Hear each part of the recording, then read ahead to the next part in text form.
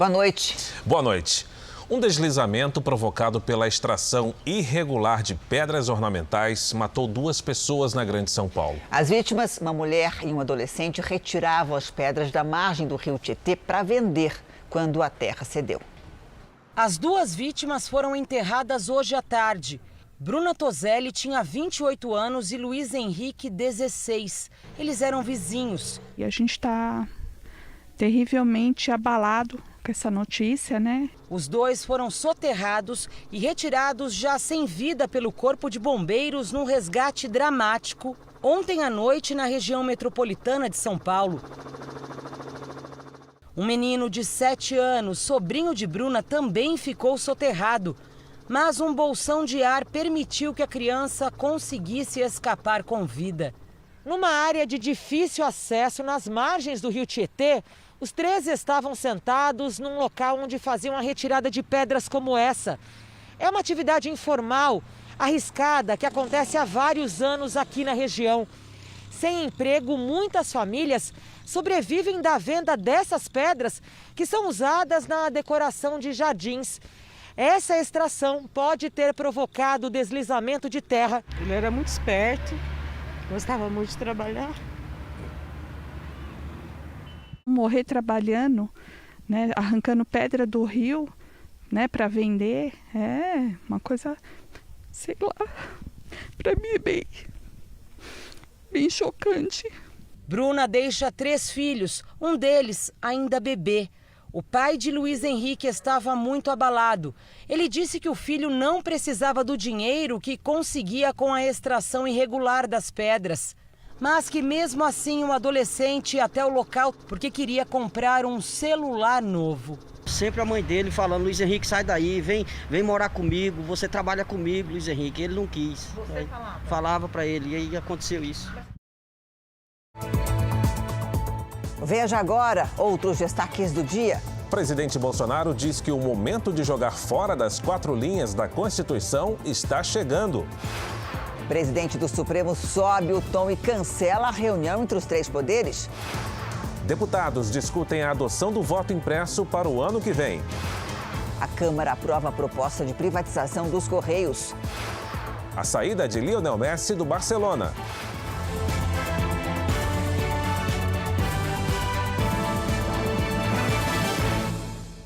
Oferecimento Bradesco. Um pai presente transforma o futuro.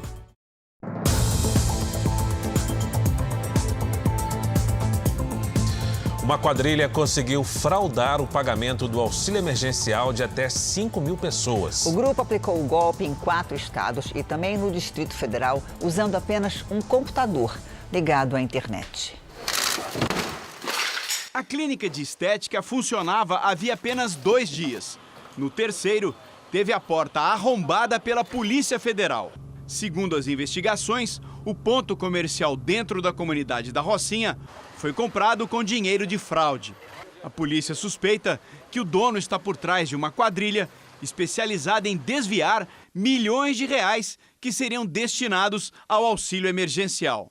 Basicamente, eles trabalham com dados vazados e, a partir desses dados vazados, eles, por meio de softwares, eles fazem cadastros em nome de terceiros, dessas pessoas que tiveram esses dados vazados, e cadastram pelo chip desses celulares as contas no aplicativo Caixa Tem. Esses 300 chips telefônicos seriam usados pelo criminoso para fraudar o sistema. Os agentes não encontraram ninguém na casa onde ele mora no Rio de Janeiro. Ele acabou preso nessa madrugada a 1.000 quilômetros de distância na cidade de Araquari, interior de Santa Catarina. Fizemos a apreensão de R$30 mil, um veículo 0 quilômetro que ele havia adquirido, provavelmente com um proveito criminoso. No momento da entrada da equipe no local, ele danificou o seu computador. O alvo de Santa Catarina é um dos líderes do núcleo da organização criminosa no estado do Rio de Janeiro. Em 2 etapas dessa investigação, a Polícia Federal identificou ataques cibernéticos simultâneos em 4 estados e no Distrito Federal. E descobriu que o grupo operava numa estrutura simples. Bastou um computador com acesso à internet e eles foram capazes de causar um grande prejuízo. 5.000 benefícios do auxílio emergencial teriam sido fraudados. A ação de hoje tanto tem como objetivo cessar a fraude, mas também fazer a recuperação por meio da investigação da lavagem de dinheiro. Hoje foram cumpridos 55 mandados de prisão em 4 estados. As investigações apuram o envolvimento de presos no tráfico de drogas e um esquema de corrupção nas cadeias. No Rio Grande do Sul, a investigação de 8 meses revelou que o comando do tráfico de drogas vinha de dentro dos presídios. Vou esperar mais um pouco, esse cara não aparecer que eu vou furar essa casa toda bala aqui, azar, né? Pelo celular, criminosos soltos mandavam para os que estão presos provas de que as ordens eram seguidas. Esse povo na casa da guria ali tá movimentando e estamos aqui na frente da casa onde é que se esconde, que esperando ele chegar aqui.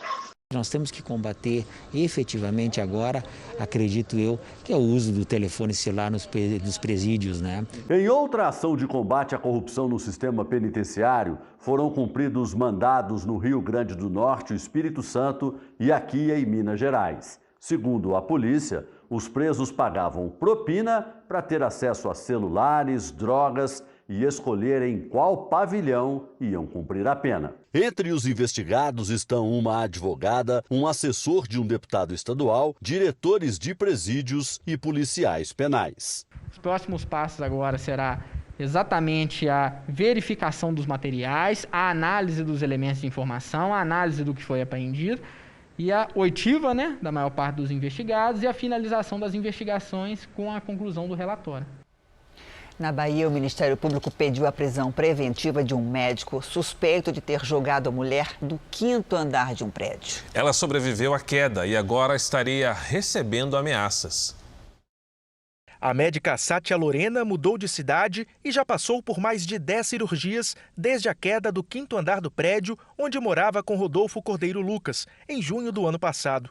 Ele, que também é médico, ficou preso por uma semana, mas ganhou o direito de responder às acusações em liberdade. Foi provado que Sátia, ela realmente vivia um relacionamento abusivo. Agora, o Ministério Público denunciou Rodolfo por tentativa de feminicídio e pediu à Justiça que a prisão preventiva dele seja decretada novamente, para garantir a segurança de Sátia e o andamento do processo. Depois de uma briga do casal, a médica despencou de uma altura de quase 16 metros. Vizinhos dizem ter visto Sátia com o corpo do lado de fora da janela e Rodolfo segurando as mãos dela. Ele disse que estava tentando puxar ela. Na verdade, ele estava tirando os dedos dela. A defesa do médico alega que Sátia tomava remédios controlados e que pulou sozinha do apartamento. Nos primeiros depoimentos à polícia, a médica disse não lembrar o que havia acontecido. Agora, ela confirma que não tentou se matar e que foi agredida e empurrada. O advogado de Rodolfo disse que o médico irá se entregar se a justiça decretar a prisão.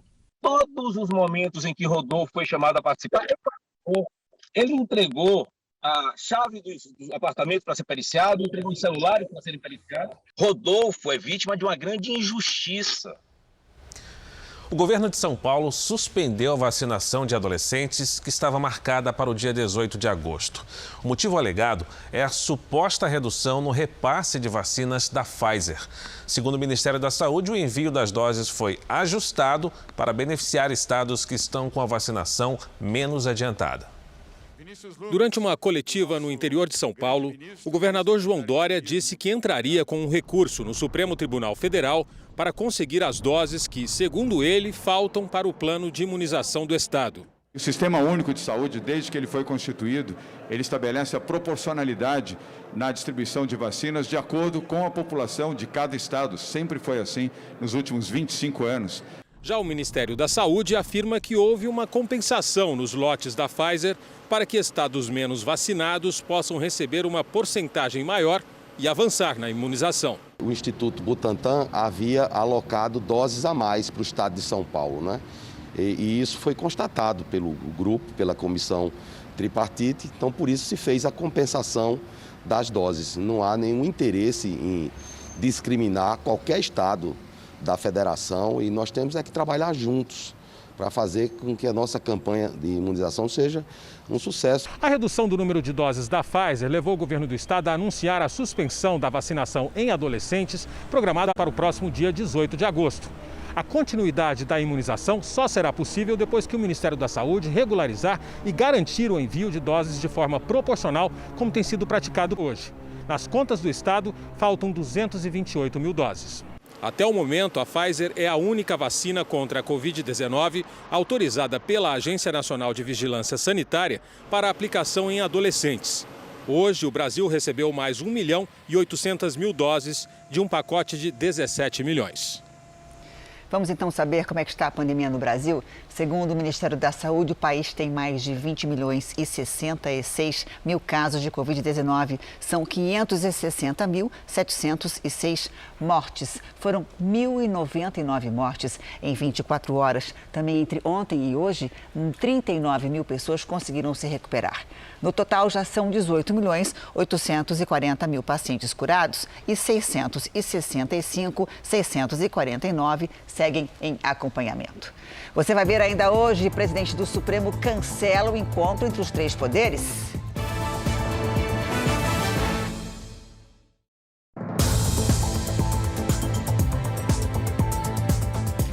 O presidente do Supremo Tribunal Federal, Luiz Fux, cancelou uma reunião com os chefes dos três poderes depois dos ataques do presidente Bolsonaro aos ministros do STF, Luiz Roberto Barroso e Alexandre de Moraes. Jair Bolsonaro chamou os integrantes do Supremo de mentirosos e disse que poderia agir fora dos limites da Constituição. Em entrevista nesta quinta-feira, o presidente Jair Bolsonaro criticou o fato de ter sido incluído no inquérito que ficou conhecido como das fake news e que tem como relator o ministro Alexandre de Moraes do Supremo. Alexandre de Moraes acusa todo mundo de tudo, bota como réu no seu inquérito sem qualquer base jurídica, para fazer operações intimidatórias, busca e apreensão, ameaça de prisão ou até mesmo prisão. É isso que ele tem fazendo. E a hora dele vai chegar, porque ele está jogando fora das quatro linhas da Constituição há muito tempo. Eu não pretendo sair das quatro linhas para questionar essas autoridades, mas acredito que o momento está chegando. Não dá para continuarmos com um ministro arbitrário, ditatorial, que não respeita a democracia, que não leu a Constituição, ou se leu, aplica de acordo com o seu entendimento para cada vez mais agredir. O inquérito é nome de fake news, mas fake news é o próprio Alexandre de Moraes. Ele é mentira em pessoa dentro do Supremo Tribunal Federal. Ao contrário do que diz o presidente, ele é investigado e não réu. Os desentendimentos entre Bolsonaro e o ministro Alexandre de Moraes já são antigos, o que torna o clima ainda mais quente. Alexandre de Moraes foi comedido na resposta e publicou numa rede social: ameaças vazias e agressões covardes não afastarão o Supremo Tribunal Federal de exercer com respeito e serenidade sua missão constitucional de defesa e manutenção da democracia e do Estado de Direito. Antes, o presidente Bolsonaro, na mesma entrevista, já havia criticado outro ministro do STF, Luiz Roberto Barroso, pela discussão sobre o voto impresso. Não existe mais por que acreditar no Luiz Barroso dizendo que as urnas não são violáveis, elas são intransponíveis, elas são blindadas. Isso é mentira. Depois, em evento no Palácio do Planalto, Bolsonaro cantou o hino do Exército sem explicar por qual motivo. A paz queremos com fervor. A guerra só nos causa dor. Porém, se a pátria amada for um dia ultrajada, lutaremos sem temor. O aumento da tensão entre o presidente Jair Bolsonaro e integrantes do Supremo chegou ao nível mais alto e, neste momento, o diálogo está interrompido. O presidente do STF, Luiz Fux, foi quem adotou a postura de encerrar as conversas, ao cancelar uma reunião entre os chefes de poderes que iria acontecer em breve, depois de ter sido adiada por problemas de saúde de Bolsonaro. O fim das conversas foi anunciado em pronunciamento no plenário. Há dias, outros ministros da Corte cobravam uma posição firme e institucional de Fux.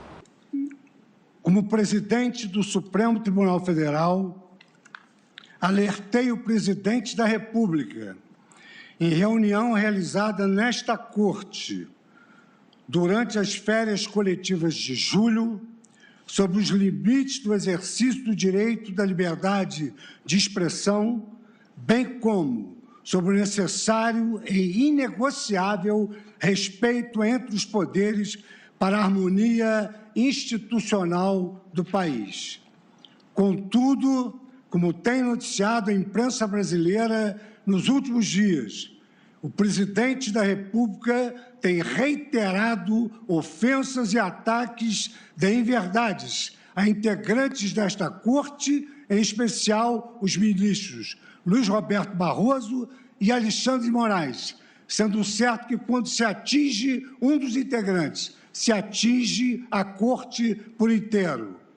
Além disso, Sua Excelência mantém a divulgação de interpretações equivocadas de decisões do plenário, bem como insiste em colocar sob suspeição a rigidez do processo eleitoral brasileiro. Diante dessas circunstâncias, o Supremo Tribunal Federal informa que está cancelada a reunião outrora anunciada entre os chefes de poder, entre eles o presidente da República. O pressuposto do diálogo entre os poderes é o respeito mútuo entre as instituições e seus integrantes. Deste semestre, diálogo eficiente pressupõe compromisso permanente com as próprias palavras, o que, infelizmente, não temos visto no cenário atual.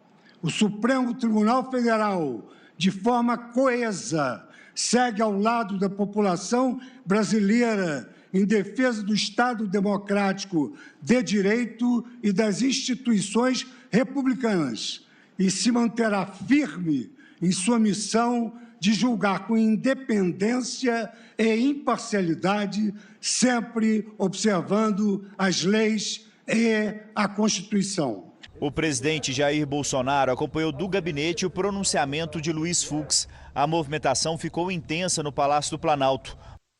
Agora há pouco, o presidente Bolsonaro voltou a criticar ministros do Supremo na live semanal que faz sempre às quintas-feiras. A gente vai a Brasília agora ao vivo com o Thiago Nolasco. Oi, Thiago, boa noite para você. Você, por favor, poderia resumir o que disse o presidente nessa live?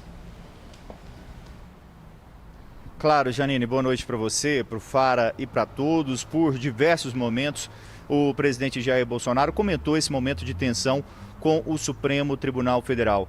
Disse que os poderes precisam de diálogo, que está à disposição e que o país precisa de paz e harmonia. Mas logo na sequência voltou às críticas aos ministros Luiz Roberto Barroso e Alexandre de Moraes. Voltou às críticas falando que Luiz Roberto Barroso tenta dificultar as negociações sobre o voto impresso e desafiou Alexandre de Moraes a apresentar uma fake news que tenha sido produzida por ele. O presidente Jair Bolsonaro ainda continua nessa transmissão e lembrou também que Alexandre de Moraes, que teve que aceitar uma decisão de Alexandre de Moraes que impediu a posse de Alexandre Ramagem para a Diretoria-Geral da Polícia Federal. É com vocês em São Paulo. Obrigada, Thiago. Bom trabalho aí para você. Ainda em Brasília, o presidente da Câmara, Arthur Lira, disse que a discussão do voto impresso no plenário da Casa deve ocorrer mesmo que o assunto seja reprovado na comissão especial sobre o tema. A discussão sobre o voto impresso nunca esteve entre as prioridades do presidente da Câmara. Até agora. Hoje, Arthur Lira disse que a proposta de emenda à Constituição que estabelece a impressão dos votos nas urnas eletrônicas pode ir a plenário mesmo se reprovada na comissão especial que debate o tema. As comissões especiais, elas funcionam de maneira opinativa, não são terminativas, né? Então, ela sugere um texto, mas qualquer recurso pode fazer. Então, é importante que a gente tenha calma nessa hora. O texto enfrenta resistência na comissão especial e só não foi derrubado ainda no primeiro semestre, graças a uma estratégia da base governista de adiar a votação. A hipótese de levar o assunto ao plenário pode dar sobrevida à discussão, como deseja o Palácio do Planalto. Os deputados da comissão analisariam o substitutivo do deputado Felipe Barros hoje à tarde, mas a sessão foi adiada para o início da noite. Os deputados contrários entendem que a nova proposta ficou pior que a anterior. O que vale é o que é escrito no substitutivo, que ficou pronto apenas no dia de ontem.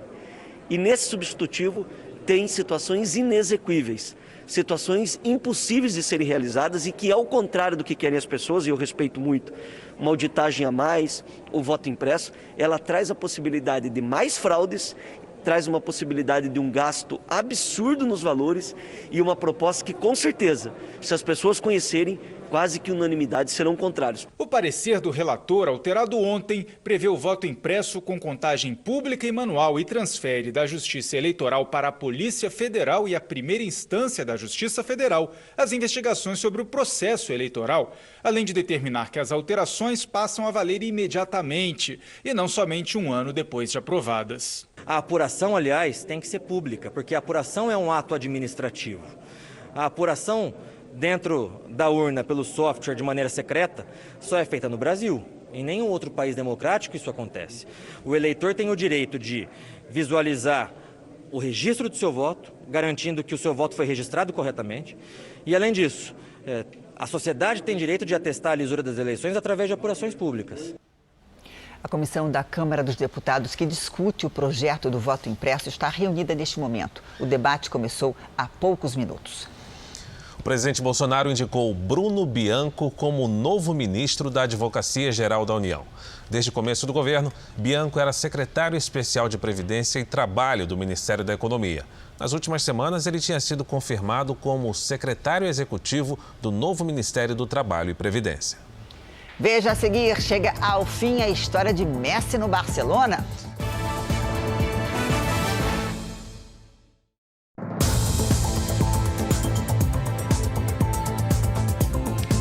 A polícia fechou uma fábrica de bebidas falsificadas em Campinas, no interior de São Paulo. Um homem foi preso? Na fábrica eram produzidas e envasadas 1.000 garrafas adulteradas por dia. Só esse ano, mais de 200.000 unidades foram apreendidas no país. Neste galpão, no interior de São Paulo, os policiais descobriram uma linha de produção de bebidas falsificadas. 14 tanques e tonéis, com capacidade para 1.000 litros cada, estocavam o que a quadrilha vendia como uísque e vodka de marcas famosas. Uma máquina industrial envasava automaticamente as garrafas. Mais de 2.800 estavam prontas, com rótulos e lacres que copiam os originais. Um homem foi preso no local e a polícia investiga quem comandava o esquema. A gente conseguiu chegar num nível mais avançado do crime. É um crime grave, né, contra a saúde pública. Vai saber o que tem ali naqueles líquidos, naquelas garrafas que são consagradas. E o que chamou a atenção realmente foi isso aí, essa estrutura. E se tem toda essa produção, né, foi apurado mais ou menos 1.000 garrafas por dia, porque tem público. Em São Bernardo do Campo, no ABC Paulista, mais um caso.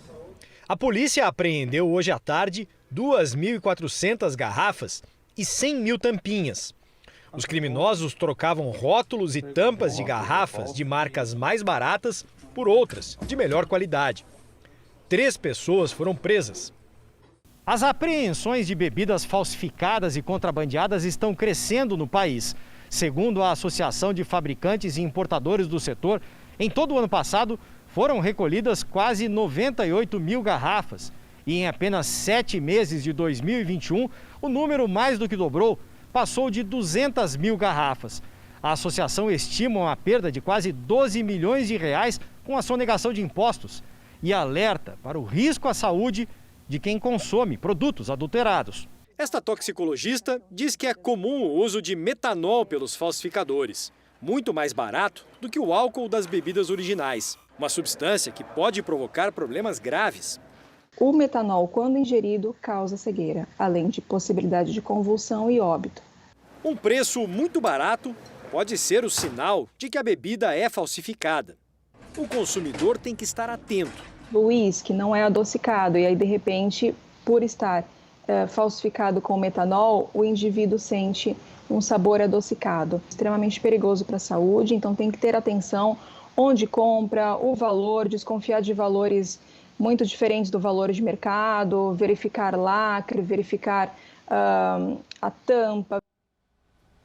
Na tentativa de retomar a rotina, algumas das maiores empresas do mundo começaram a exigir que os funcionários se vacinem contra o coronavírus. Algumas oferecem benefícios para quem se vacina e não descartam punições a quem não fizer isso. Uma dose de vacina, um dia de folga.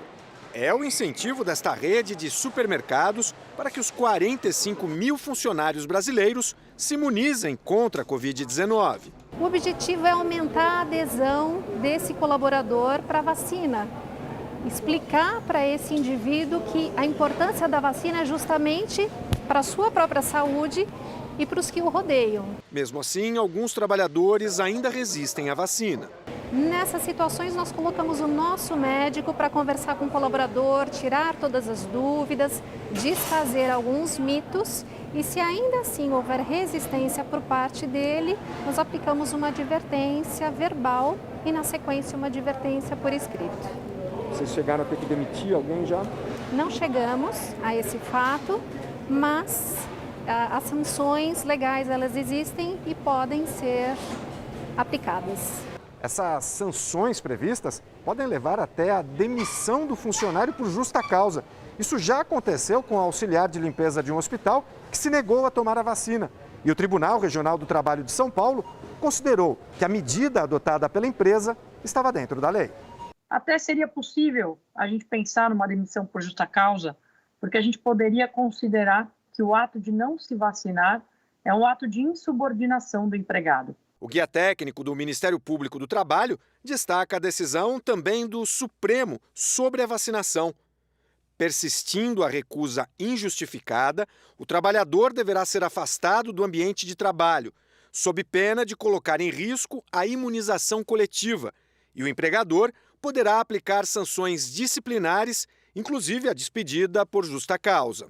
Nos Estados Unidos, os gigantes de tecnologia, as companhias aéreas e até as universidades aceitam a volta ao trabalho presencial apenas daqueles que comprovam terem sido imunizados. Muitas das maiores companhias do país exigem que os colaboradores se imunizem. Por aqui, Sandra vai tomar a segunda dose em setembro. Larissa vai receber a primeira na semana que vem. As duas estão ansiosas. Essa expectativa é maior pela vacina ou pela folga? Pela vacina. A folga é legal, né? Um benefício bacana, mas a vacina é importante. A CPI da pandemia ouviu hoje o empresário Ayrton Cascavel. Ele é ex-assessor do Ministério da Saúde na gestão de Eduardo Pazuello. O empresário Ayrton Cascavel negou que tenha desempenhado funções de ministro da Saúde. Secretários estaduais de saúde relataram que Vossa Senhoria era uma espécie de ministro de fato, pois agilizava as demandas dos entes subnacionais. Que outras atribuições o general Pazuello terceirizou a Vossa Senhoria? Nunca houve um processo de terceirização de competência. Não foi esse o termo. Cascavel trabalhou como auxiliar do então ministro Eduardo Pazuello. E por que a insistência de Pazuello em nomeá-lo nesse momento mais grave da pandemia, já que Vossa Senhoria não tinha especialidade nenhuma na matéria? Que ajuda efetiva Vossa Excelência teria a dar como assessor especial de um general ministro da Saúde, ainda interino naquela oportunidade, no momento mais dramático da pandemia? Senhor senador... E por que ele insistiu tanto com a sua nomeação? Senhor senador... Que teve muitas dificuldades junto ao Palácio do Planalto. Senhor senador... São as informações que nós trazemos aqui. Não. Senhor senador, para o senhor entender, eu acho que eu falei aqui um pouquinho da minha experiência política. Tá? Eu tenho formação jurídica, eu tenho MBA de gestão também, senhor senador. Passei por diversos cargos públicos de gestão de empresas estaduais, públicas.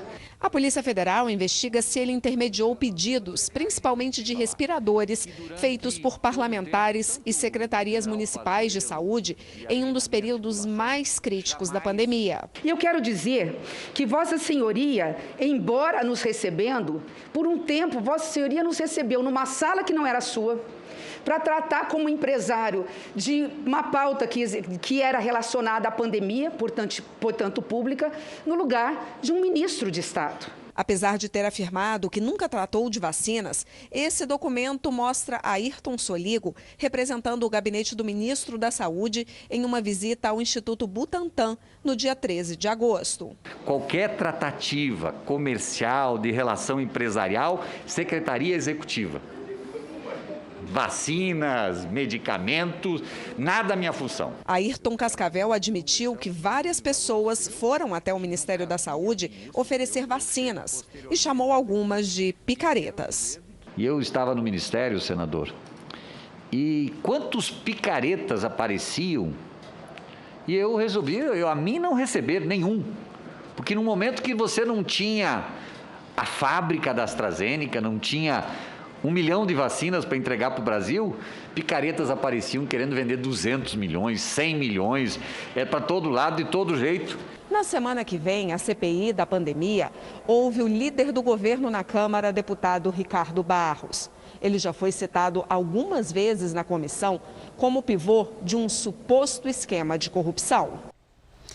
O Jornal da Record mostra agora o andamento da vacinação em todo o país. Somadas as aplicações da primeira e segunda doses, 1.270.000 pessoas receberam a vacina contra o coronavírus nas últimas 24 horas. Hoje o Brasil tem mais de 105 milhões e 68 mil vacinados com a primeira dose e 44.256.000 pessoas completaram essa imunização. O estado do Acre vacinou 44,19% da população, o que corresponde a 537 mil pessoas imunizadas. O Piauí também avançou na campanha contra a Covid-19 e imunizou 42,74% das pessoas com a primeira dose, ou seja, 1.992.000 pessoas. O Espírito Santo está com 49,81% da população vacinada. São 2.920.000 pessoas com pelo menos a primeira dose do imunizante. No portal r7.com você pode acompanhar a situação de todos os estados no mapa interativo. A Câmara dos Deputados aprovou o projeto que autoriza a privatização dos Correios. Nós vamos então até Brasília falar com o Matheus Scavazini, que explica para a gente quais são as condições para essa privatização. Matheus, boa noite para você. Boa noite, Fara, Janine. O placar foi de 286 votos a 173. O texto aprovado autoriza a exploração pela iniciativa privada de todos os serviços postais no país, mas impede o fechamento das agências que garantam a prestação dos serviços em áreas remotas. A empresa que adquirir os Correios terá que manter as agências em cidades de baixa atratividade econômica. A proposta também proíbe a demissão de funcionários sem justa causa por 18 meses após a venda da empresa, prevê a criação de um plano de demissão voluntária com direito à indenização e a manutenção do plano de saúde dos funcionários por 1 ano. Agora o projeto segue para a votação no Senado.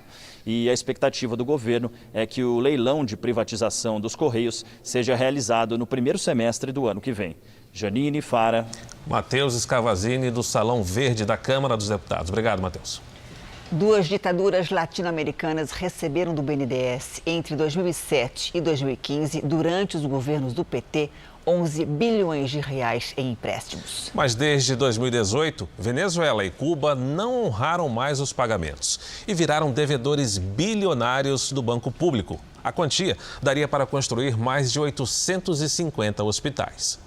O valor total do calote surpreende. São 3 bilhões e 500 milhões de reais. As informações estão no site do BNDES. As remessas foram entre os anos de 2007 e 2015, período de 2 governos petistas. O dinheiro serviu para financiar obras do Porto Mariel, em Cuba, e também o metrô da capital da Venezuela, Caracas. A Venezuela ficou com a maior fatia, 7 bilhões e 800 milhões de reais. O empréstimo ao país de Hugo Chávez e Nicolás Maduro teve a menor taxa de juros do programa de financiamentos do BNDES, 1,2% ao ano. Cuba, dos irmãos Castro, recentemente tomada por protestos contra o governo comunista, recebeu 3 bilhões e 400 milhões de reais. A ilha teve o maior prazo para pagamento da dívida, 25 anos. Ao todo, os dois países têm 55 prestações atrasadas da dívida. Cuba tem 13 parcelas em aberto, já a Venezuela, 42. Para não ficar numa situação ainda mais complicada, o BNDES acionou um mecanismo de ressarcimento desses valores. É o Fundo de Garantia à Exportação, uma espécie de seguro contra quem deve e não paga. O banco, no caso o BNDES, não sofreu o calote, mas o Brasil sofreu. E esse valor foi muito superior a qualquer nível razoável de estímulo. Já esse economista diz que podem não existir problemas jurídicos no empréstimo, mas os dois países foram privilegiados porque tinham proximidade política com o Brasil na época e que não teriam, em qualquer parte do mundo, as garantias dadas pelo BNDES.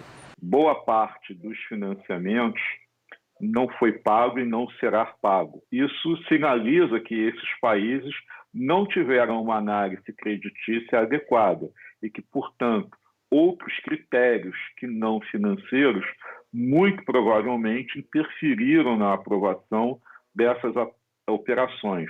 Essa economista calcula como a enorme quantia poderia ter sido usada para o benefício do povo brasileiro. Se utilizássemos esse dinheiro para a construção de hospitais aqui no Brasil, a gente conseguiria construir, por exemplo, 853 hospitais. O BNDES foi procurado, mas não quis gravar a entrevista. O Partido dos Trabalhadores não respondeu ao contato da nossa produção. Vamos agora com a opinião de Augusto Nunes. Oi, Augusto, boa noite para você. Boa noite, Janine. Boa noite, Fara. Boa noite a você que nos acompanha. Em Mariel, no litoral de Cuba, a Odebrecht construiu com o dinheiro do BNDES o superporto que o Brasil não tem. Prazo para pagamento do empréstimo, 25 anos.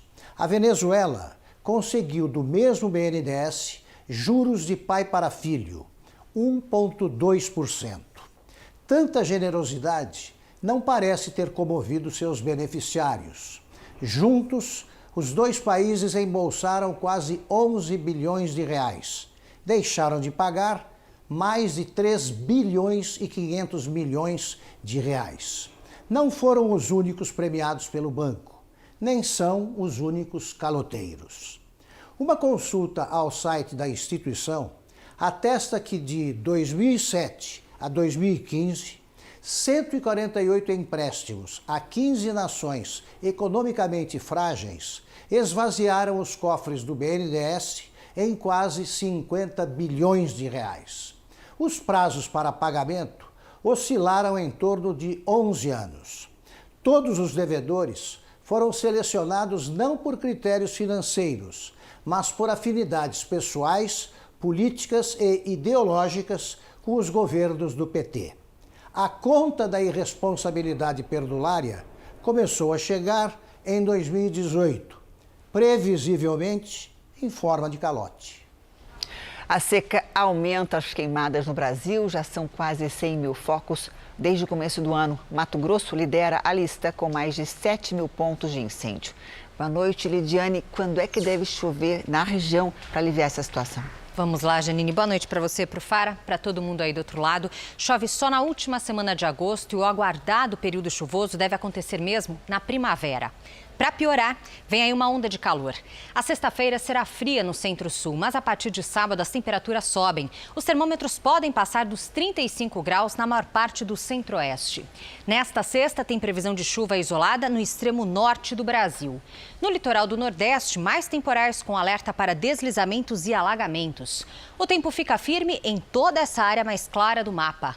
E a umidade do ar despenca no interior do país. Em Porto Alegre, máxima de 22 graus nesta sexta. No fim de semana faz até 27. No Rio de Janeiro, 24 graus. Cuiabá foi a capital mais seca de hoje, com 17% de umidade do ar. Amanhã isso pode se repetir, com máxima de 33. Em Salvador, chuva a qualquer hora com 24 graus. Em Belém, até 32. Dia ensolarado na capital paulista, com 23 graus à tarde.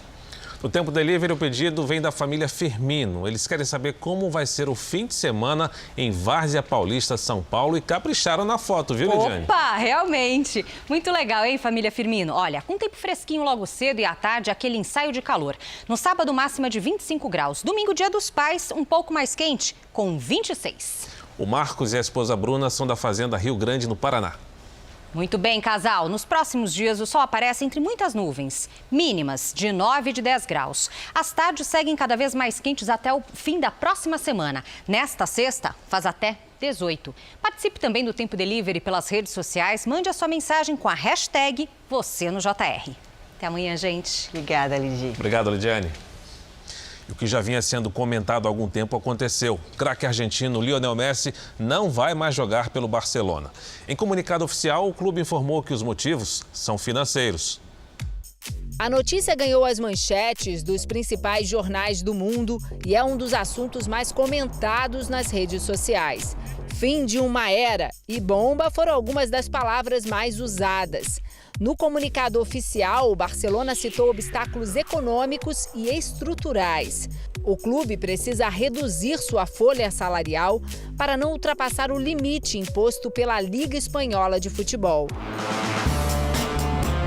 A notícia causou espanto porque a renovação do contrato, que terminou em 30 de junho, era dada como certa. O jogador tinha aceitado uma redução salarial para renovar por mais 5 temporadas. A era Messi no Barcelona terminou depois de 17 temporadas, 672 gols e 778 partidas. Foram 4 títulos da Liga dos Campeões da UEFA, 3 mundiais e 10 espanhóis. Para os torcedores, é até difícil imaginar Messi sem a camisa 10 do Barcelona. Messi foi considerado pela FIFA como o melhor jogador do mundo por 6 vezes. Aos 34 anos, continua jogando em alto nível. Agora a pergunta é para onde vai o argentino? Muitos acreditam que ele continua aqui na Europa. Entre os possíveis destinos, o Paris Saint-Germain de Neymar ou o Manchester City de Gabriel Jesus. Mesmo como sonho distante, alguns clubes brincaram com a possibilidade do craque argentino desembarcar no Brasil. O Fluminense demonstrou interesse. Já o Corinthians postou uma foto do craque com a camisa do clube. No arremesso de peso, Darlan Romani chegou muito perto do pódio, mas acabou em 4º lugar. O arremesso de Darlan chegou a mais de 21 metros de distância, não foi o suficiente para alcançar o 3º lugar. O americano Ryan Cruiser ficou com o ouro e com o novo recorde olímpico. Os Estados Unidos também ficaram com a prata e o bronze foi para a Nova Zelândia. Darlan Romani não levou a medalha, mas recebeu muito carinho nas redes sociais. Em 2020, ele foi infectado pelo coronavírus e durante a quarentena treinou em um terreno baldio. Estamos aí organizando um lugarzinho para a gente poder treinar, aqui do lado de casa. Nós vamos dar uma limpada no terreno aqui para amanhã, para a gente começar as atividades aí na segunda-feira. Darlan ainda passou 6 meses sem competir após passar por uma cirurgia. Mesmo assim, se superou e atingiu uma bela marca em Tóquio. E com a imagem daqui da Torre de Tóquio, eu me despeço do nosso boletim olímpico de hoje. Volto amanhã com mais informações. Janine Fara, arigatou gozaimasu. Arigatou, André. Legal, tal. Bom dia aí para você. A gente vai agora ver como é que está o quadro de medalhas. A China lidera com 34 ouros, 24 pratas e 16 bronzes. Os Estados Unidos têm 29 ouros, 35 pratas e 27 bronzes. Em terceiro lugar vem o Japão com 22 ouros, 10 pratas e 14 bronzes. O Brasil está em 16º lugar, com 4 ouros, 4 pratas e 8 bronzes. São 16 medalhas ao todo e com as 2 medalhas do boxe e também do futebol que já estão garantidas, o Brasil vai chegar a 19 medalhas e vai pelo menos igualar a campanha recorde das Olimpíadas do Rio em 2016. E agora uma última notícia. A comissão da Câmara, que analisa o voto impresso, rejeitou a proposta. Mas, conforme disse hoje o presidente da Casa, Arthur Lira, isso não significa que o assunto não possa ir a plenário. O Jornal da Record termina aqui. À 00:30 tem mais Jornal da Record. Fica agora com a novela Gênesis. Boa noite para você. Excelente noite e até amanhã.